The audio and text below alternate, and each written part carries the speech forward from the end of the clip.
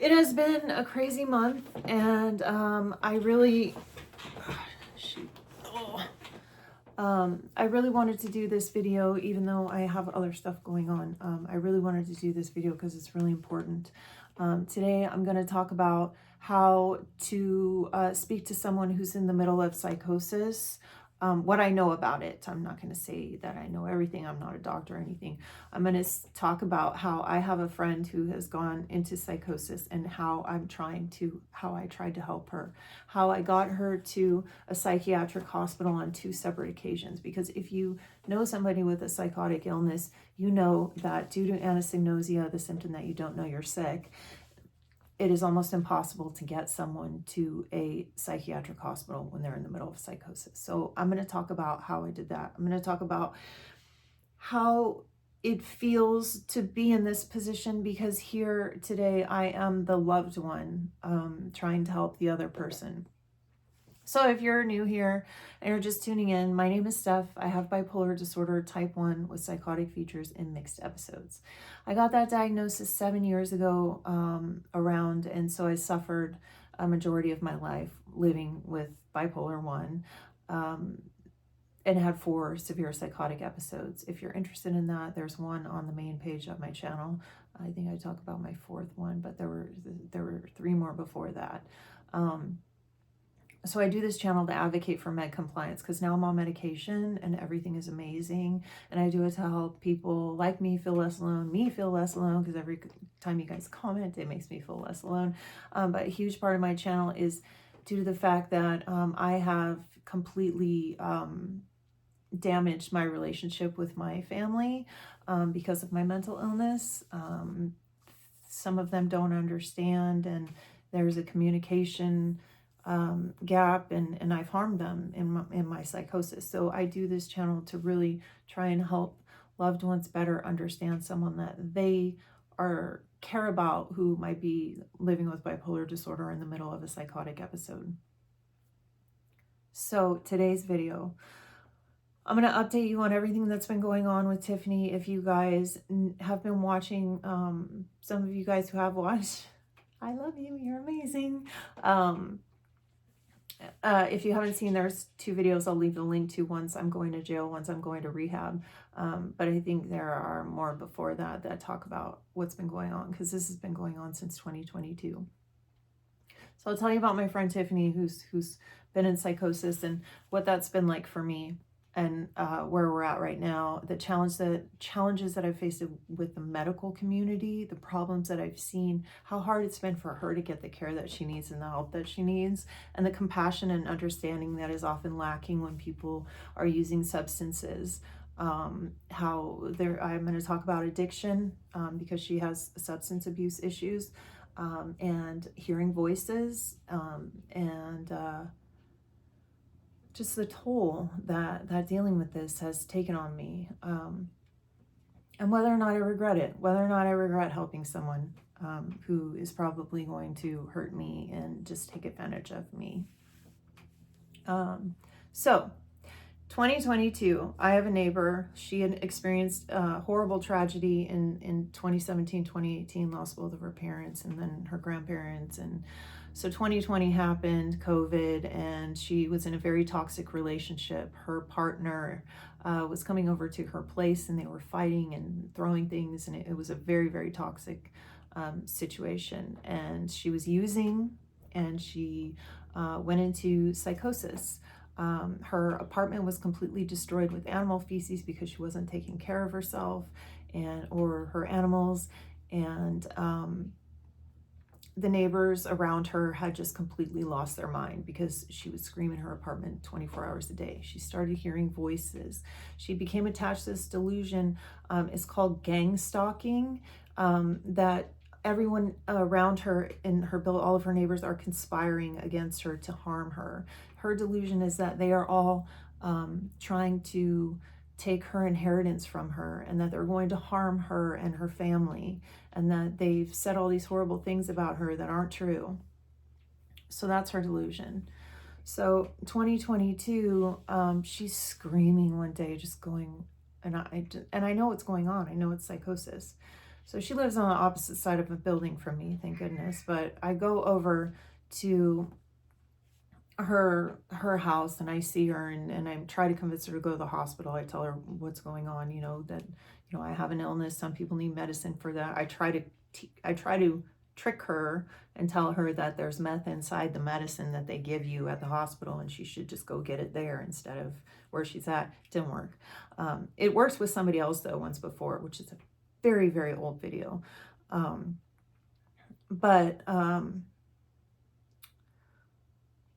I gave her my phone number in the process and said, you know, write down my phone number if you need help. Here's my, or put it in her phone. And so this is 2022.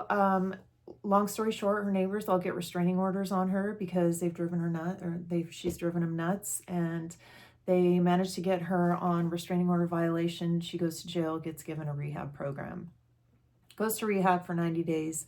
And I, at this point, don't know her very well. I had just gone over there in the middle of her psychosis. And at this point, like when I went over there, all of her neighbors were so angry that I was there trying to intervene. I was trying to calm her down so that they could get some peace and she would stop screaming, and trying to help get her to a hospital. But in their mind, what she was doing was all drugs. There's no mental, it's all drugs. And she's driving them crazy. She's ruining their lives. Which her neighbor has PTSD. I believe he was in Iraq or something like that. But if you have PTSD, you know what a nightmare it is. So I feel really terrible for him. But they were so angry at the situation. They didn't know what to do.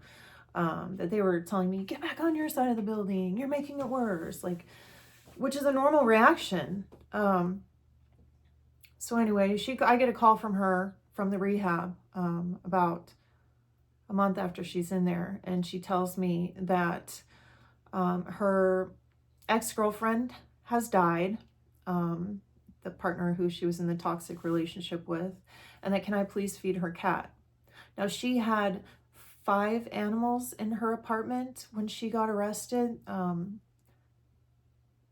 The first time, 3 dogs and 2 cats. One of the dogs, in the process of getting arrested, got out of its harness and ran off and probably got adopted by somebody, I don't know. But her other 2 dogs went with her ex, and one of the cats went with her ex. But there was still a cat back at the apartment. So Tiffany called me asking me if I could take care of the cat. So I'm like, sure. So I go feed the cat. She pays me to do it. So I'm like, sure, I'll feed her. So I feed the cat a couple times, or not a couple times, for a couple months. She gets out, seems like she's doing well. I kind of suspect that she's using from day one because in my psychosis I used, and if you've ever used meth, you can see it on someone else. And so I believe that she was using from day one, but I gave her the benefit of the doubt because you want to believe the best. I want to believe the best in people. But a couple months later, after she got out of the 90-day program, she went off the handle again, screaming, accusing her neighbors of trying to steal her inheritance, saying her neighbor raped her, that he snuck into her house and raped her in the middle of the night, that she has video of it. All of these really bananas things. And they get her on another restraining order violation, only this time she has 2 pocket knives. And the neighbors were chasing her around at this point, trying to get her arrested, trying to get her on a restraining order violation, because all a cop has to do is take one look at her in the middle of psychosis and they'll arrest her. But this time she had 2 pocket knives in her bra. So she got a felony, went back to jail, and they somehow magically, she got a second chance, and they let her, instead of going to prison on this felony of, I don't know if it was assault with a deadly weapon or what, if she hit one of the cops, I don't know, but there were charges, and she was looking at prison time. Instead of that, they gave her a 6-month rehab program. So she went to another program, and this time Michelle, her ex-girlfriend who took care of her animals, is dead, so she doesn't have her. All she has is me. So this time I hear her getting arrested. I hear her screaming one night, and so I go out there. Oh, there's all these cops. Tiffany's in the back of the cop car screaming, Stephanie, tell them I didn't do anything. Tell them I didn't do anything. And I'm sitting there talking to the cop like, hey, you know, she has animals in her apartment, because I knew she wouldn't tell him. She didn't tell the cops the first time when she got arrested and had animals in her apartment. And so he looks at me and says, well, I need to call animal control then. Are you going to take them? And puts me on the spot. And like, I'm an animal lover, and I know for a fact that if her animals go to animal control, they will be euthanized. I had seen the paperwork from the first time her animals had, when she got rehab, and her animals had gone to the shelter, and her dog had masses all over his body, and he's not well, he's obese and stuff. And so I didn't think he was adoptable. So I said, yeah, okay, I'll take the animals. So I took the animals. I went to court trying to talk to Tiffany about her animals and what was going on. And I think she refused to go to court a couple of days. And then once she finally showed up at court, I was able to get in touch with her, and she called me and said, I'll pay you. Will you please just take care of my animals? So I did. I took care of her dog for 5 months while she was in rehab. And then I think she was in sober living for 2 months where I took care of her dog. And the deal was, I'd take care of him, but if she gets out and she starts using again, she has to give him back. And so I'm taking care of Chance. She's telling me all along while she's in rehab, oh, I don't even feel the urge to use anymore. I feel so great. Da, da, da, da. And I'm believing every word of it. I've never dealt with addiction before. I'm very familiar with psychosis, but I've never dealt with addiction, which is a separate illness, which people tend to forget. It is a disease. Like, certain people are predestined to be super addicted, you know, like some people can do a drug and be like, whatever, I did that in college, but I'll never do it again. But there are people who are not like that. And she's one of them. So she's telling me all along while she's in rehab, oh, you know, she's saying she lost the urge. She's like so happy that this is going to be out of her life, and da da da da, and all this stuff. And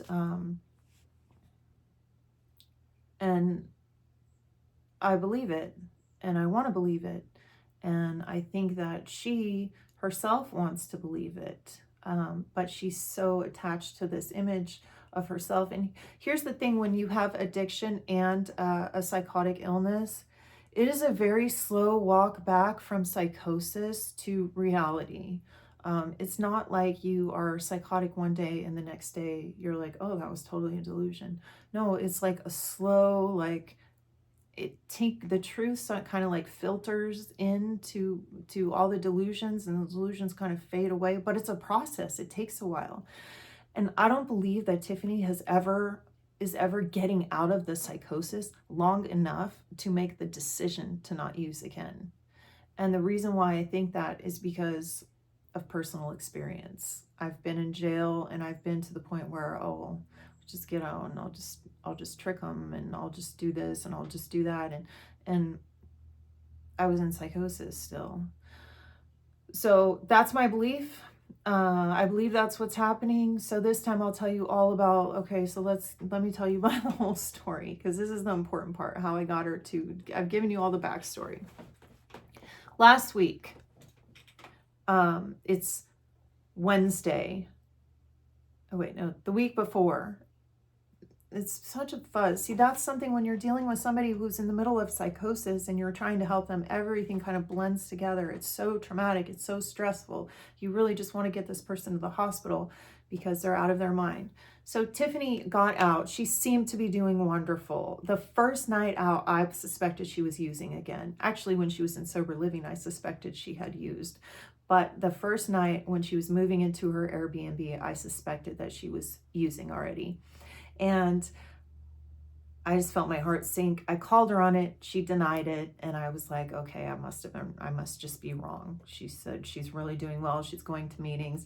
And I don't understand why she was still using and going to meetings. Now, I could be wrong. But here's what happened.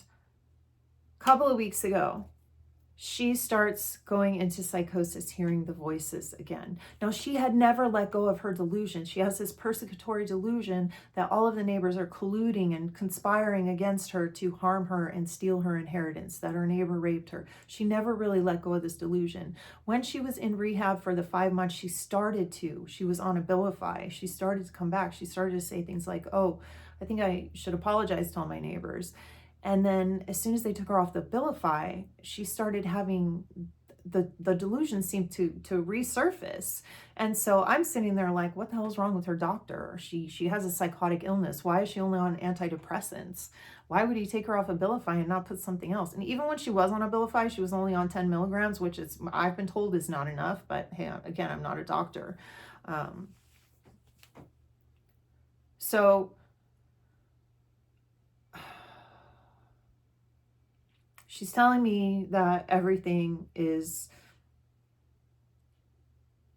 great. She's doing well. And then she goes into the psychosis. And so I'm trying to get her to the hospital. And it is so traumatic. I'll tell you how it started with, I don't even know how it started. All I can tell you is that I get a call from her. It started prior to this, but I just don't, everything's so fuzzy. I get a call from her and she says, they're telling me that they're telling me they're gonna kill me. They're telling me they're gonna shoot me in the face. They're telling me that if I don't leave right now, they're putting, it was the night before. That's what it is. One night she calls me, tells me that the neighbors are harassing her at her Airbnb. She's staying in an Airbnb because she needs to sell her place because she has to move out of the place where she was because all of her neighbors, it got so bad that they made a judgment against her. She had to pay them lawyer fees, $50,000 in a judgment because she was such a nuisance. It was that bad. So she's calling me saying, they're telling me this. And I'm just like, how terrifying, how terrifying. Because I've been there. It is so scary. Like if you could just imagine that you think everyone is trying to kill you, it is horrifying. It is the worst fear ever. You just can't, I can't even explain it to you. You don't know until you feel it. And just can't, it can't be explained. It's just so terrifying. And so I know this and I'm feeling horrified for her and I don't know what's going to happen to her because she's delusional. I'm worried she's going to lose her Airbnb. She already tried to buy a mobile home and couldn't get in there because of the situation that happened at her condominium here and with the neighbors and the judgment. So she's on the verge of being homeless. Luckily, she has financial privilege from her family. So she's, and her family has completely disowned her because of the drugs and because of the mental illness. They just don't understand. So nobody in her family wants to talk to her. Her parents are dead, but her sister doesn't want to talk to her. Aunt doesn't want to talk to her. Nobody wants to talk to her. They've all cut her out. Which I knew. So that was even why I had more compassion for her too. So she goes to the vet with her animals because she believes that her neighbors are upstairs and they're leaking acid in through the ceiling, through a crack in the ceiling. They're putting acid into the air, into her Airbnb. And I'm just terrified for her. And I'm trying to tell her that she has to go to the hospital, but it's not even sinking in. She's just saying all this stuff. So next day she calls me, she's at the vet and they're telling me that if I don't leave my animals right now, that they're gonna hurt my family. That if I don't get up and leave right now, she had taken her animals to the vet because she thought that they had been poisoned from the air that her neighbors were seeping into her Airbnb. So she left her animals at the vet, and animal control calls me that night and I'm like, I can't take them. Like I've bailed her out twice before. Like I'm like, I can't take them. And then I'm attached to this dog. So the next day I go to the shelter and pick him up and pick up her cat. And so she gets committed. I tell her, she calls me telling me that they're chasing her. She says, I I have to drive as fast and far away from here as possible. And she has a car that drives 160 miles an hour. And I'm thinking of Nicole Linton, who killed 7 people when she drove her BMW through a stop sign. And I'm worrying about Tiffany. I'm worrying about the rest of society and who's she going to hurt, or is she going to hurt herself? And I'm telling her on the phone this. So this is what the important part that I really want to get into. When they're in the middle of psychosis, they don't know what's going on. They are psychotic. So you can't tell them that's not true. That's a delusion. You can't tell them that. So she's telling me, and so one of the things that I figured out is that you have to be very, very careful with your choice of words. So, for example, she's telling me, they're telling me this, they're telling me that, and I'm like, who? And she says the neighbors. Now, the neighbors are the voices that she's hearing that are telling her these things. And the voices that she's hearing, it's my understanding that they are like real actual voices, like that they are there, that you can hear them like they're there. And if you can imagine how terrifying that would be, it's terrifying. So it's been really hard to see her in so much pain and to watch her go through this. And I think that that's something that a lot of families go through. And I'm not really close to this person. Like, I care about her, but I'm not her sister. I'm not her parent. I don't know how much I could take of this if I was. I would like to think it would be as much as, I would like to think that it would be, I would never give up.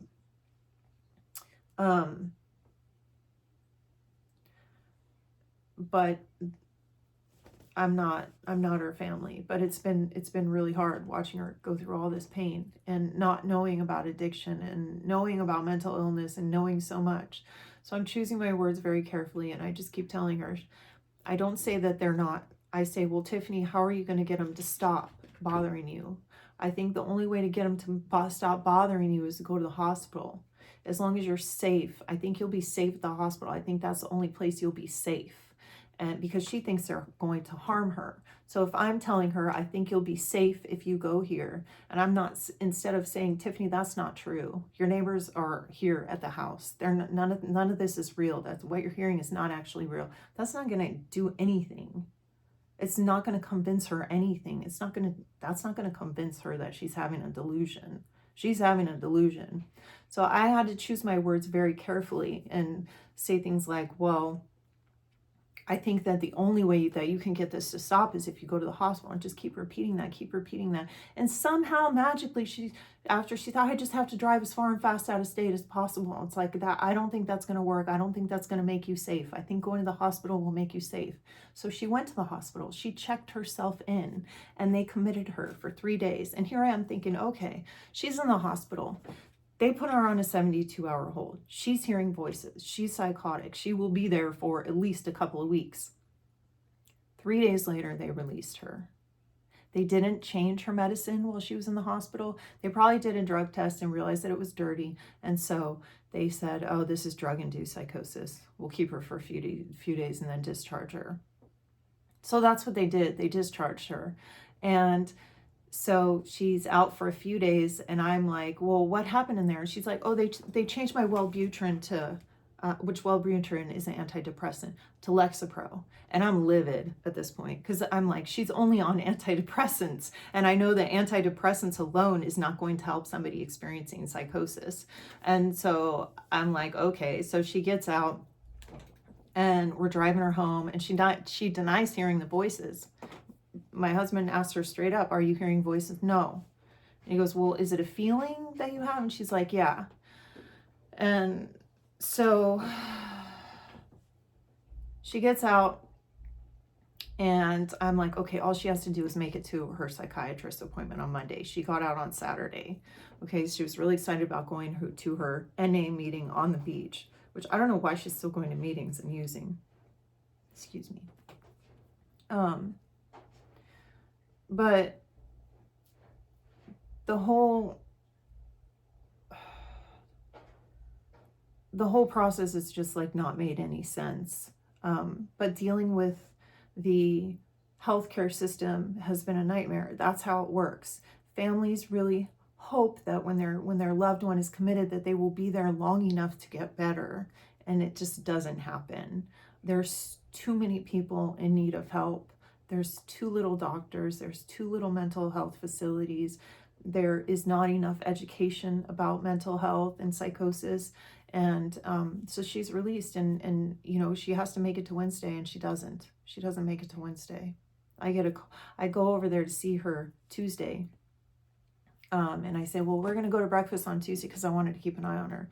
So I go over to her Airbnb on Tuesday, and I say, we're planning to go to breakfast. She texted me, hey, is it okay? I'm running a little bit late, because she has her dog back that I was taking care of. But at this point, he has just been diagnosed with diabetes, probably about a month ago, which I think is what set her, about 3 weeks ago, which is what set off her psychosis, I believe, because trauma sets it off.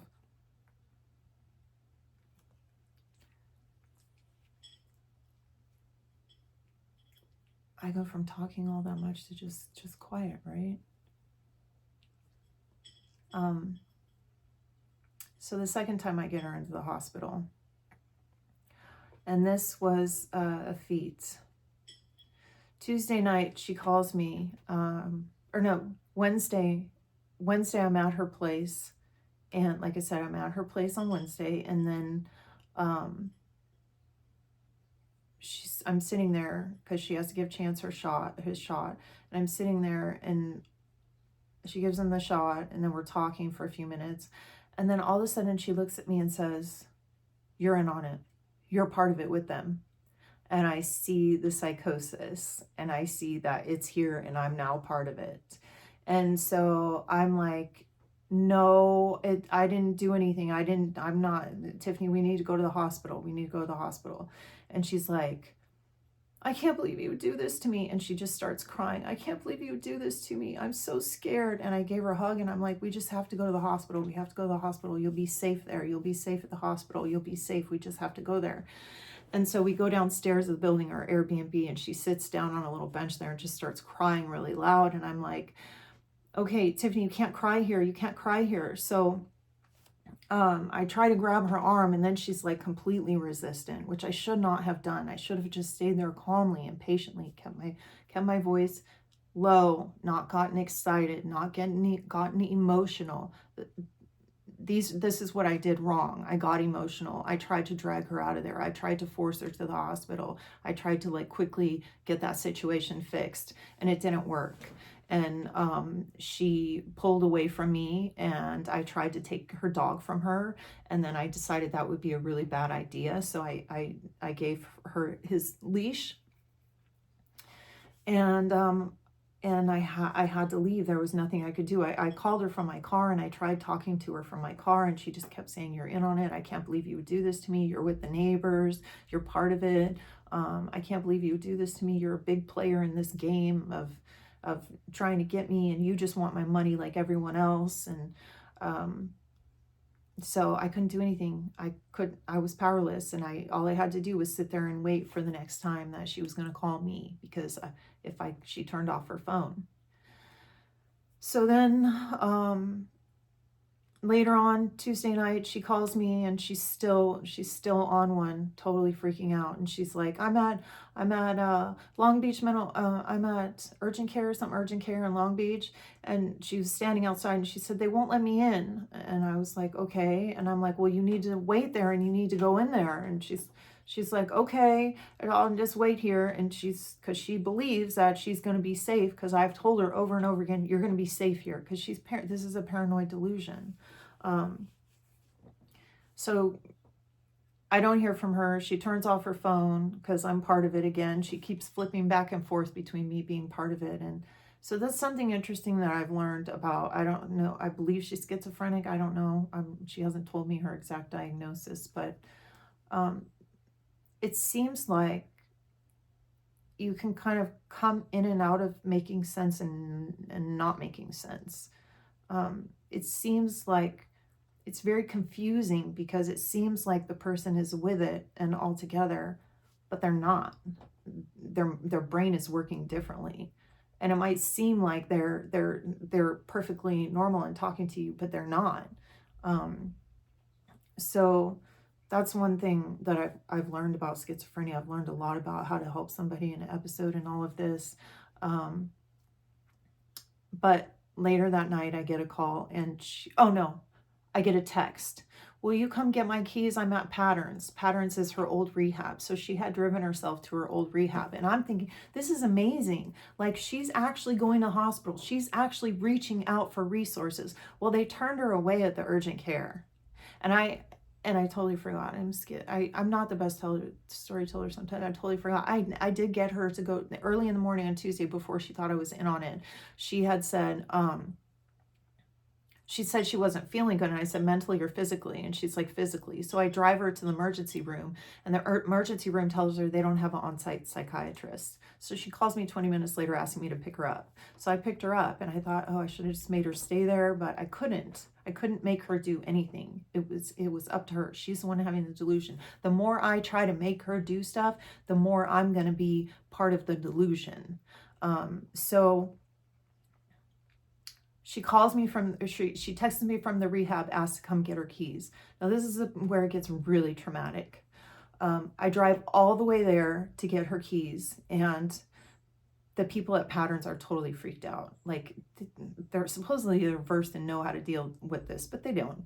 Tiffany had gotten there the night before, and there should have been a mental health evaluation team come out and take her away on a 5150. That's what should have happened, but that didn't happen. So again, she's been failed. She was failed by the emergency room that told her, we don't have an on-site psychiatrist. She was failed by the urgent care that turned her away because, I don't know, she has Medi-Cal, which is like government funding, healthcare. So she was turned away there. And then like being admitted to the hospital and then released after 90 days when she was still in psychosis in the first place. She was failed there. She was failed by the type of medication that she was supposed to be put on. She was not put on an antipsychotic, which is what you need when you're like that. And so she was just failed repeatedly. And so I finally managed to get her to the hospital later in the day. So did I get her? No. Okay, so Patterns. So she calls me from Patterns to get her keys. I go to Patterns. Everyone's freaked out. And then I tell them, like Tiffany asked me to get her keys. And so they're like really like on edge. Okay. They're like, okay, well, do you think that she's going to be okay talking to you? And I'm like, well, this is what's been going on. She's having persecutory delusions. She thought I was in on it earlier. I don't know if I should talk to her. Maybe you should just get the keys and give them to me. So she goes and tries to get the keys from Tiffany, and Tiffany starts being really particular about which keys she wants to give me. So the clinician at the rehab calls me back and says, hey, I think maybe, or comes out and says, well, she had told me to go wait in my car. So she calls me and I'm in my car, and she said, I think maybe we need to wait on the keys because now Tiffany's being particular about which keys she wants to give you. And I'm like, okay, thinking like, what the hell's going on? So I leave. And then she calls me back and says, okay, well, I think Tiffany's going to give you the keys now. So I think maybe you can come back and get them. And do you feel comfortable talking to her? And I'm like, I'll talk to her. I just don't know if I'm going to set her off. So I go over there, I'm sitting there, I talk to the people at rehab, and the first question I get is, how long has she been using? And I'm like, what do you mean? She's only smoked weed. How long has she been using? And I'm like, okay, well, if we're talking about meth and she's been using and that's what you're tested for, then it's been from day one. And so I explained to them what was going on and everything. And so Tiffany comes in and I give her a hug, and she sits down in the chair across from me, looks at me and says, and her pupils are pins at this point, which is really weird because I thought when you do drugs, your pupils get dilated, but hers get really, really tiny. So she takes one look at me and says, you know what, I'm having second thoughts about being here. And she gets up and leaves. And she's running out the door, and the poor clinician is running after her, trying to stop her. And then the other, one of the people who works at the rehab are like, you can't stop her. You can't stop her. And then they're like, Tiffany, we can't let you leave. You tested dirty. And so they call the cops on her and give them her license plate. Of course, nothing happens. So Tiffany drives back home, says, I'm just going to take my animals to animal care services because she doesn't trust me at this point. So I call her and she says, once she's taken off, I call her, like, because I had driven all the way to, like, this is like 20 minutes away from me. I'd driven all the way there to try to get the keys from her, and then I can't get the keys, and so I leave, and then so I call her again, and this is part of the process, like constantly calling the person, trying to make sure they're okay, and like how exhausting that is for a loved one, like how scary it is for a loved one, how painful it is for a loved one to see someone in that much pain. Like, it's hard. It's really, really hard. And like, we as people with bipolar who are responsible for that, we know that. We do know it, and a lot of us feel very guilty, very shameful, very much. It's unfair. We would never, I don't think Tiffany would never do that to me on purpose. She would never intend to just use me that way. It's her illness. It's her psychotic illness. It's her addiction. It's the combination of both. She's not the kind of person that just uses people and throws them away. She's somebody who has a sickness. And so it can be really hard for a loved one to see that and understand that. But she's in the hospital right now. I had to make some really, really hard decisions regarding her animals, because this is the third time I can't be bailing her out anymore. And by the way, the way I got her to the hospital, the second time I got her, that was the same way, just telling her, I don't know how to get the neighbors to stop. The only way I know how to get the neighbors to stop is for you to go to the hospital. That's the only way I know how to make them stop bothering you. And so she did. We drove to the hospital. She knew exactly where to go. Long Beach Mental Health. And so we drove over there, and I walked with her upstairs. I'm like, do you want me to go with you? So I walked with her upstairs, and she blasts in with her suitcase. I had told her previously, pack up your medicine, pack up your clothes, you need to go to the hospital. So I drove her there, and to the Long Beach Mental Health. They transferred her to a hospital from there, but she blasts in with her suitcase. I need to check into a mental hospital, because she was saying in her mind that that's what I have to do. I'm either going to go to prison, I'm either going to die, they're either going to kill me, or I have to go to prison, or I have to commit myself. So she had put her going to the hospital into her delusion, and so somehow that helped get her there. So she's committed. Things have not gone well. I haven't been very nice to her.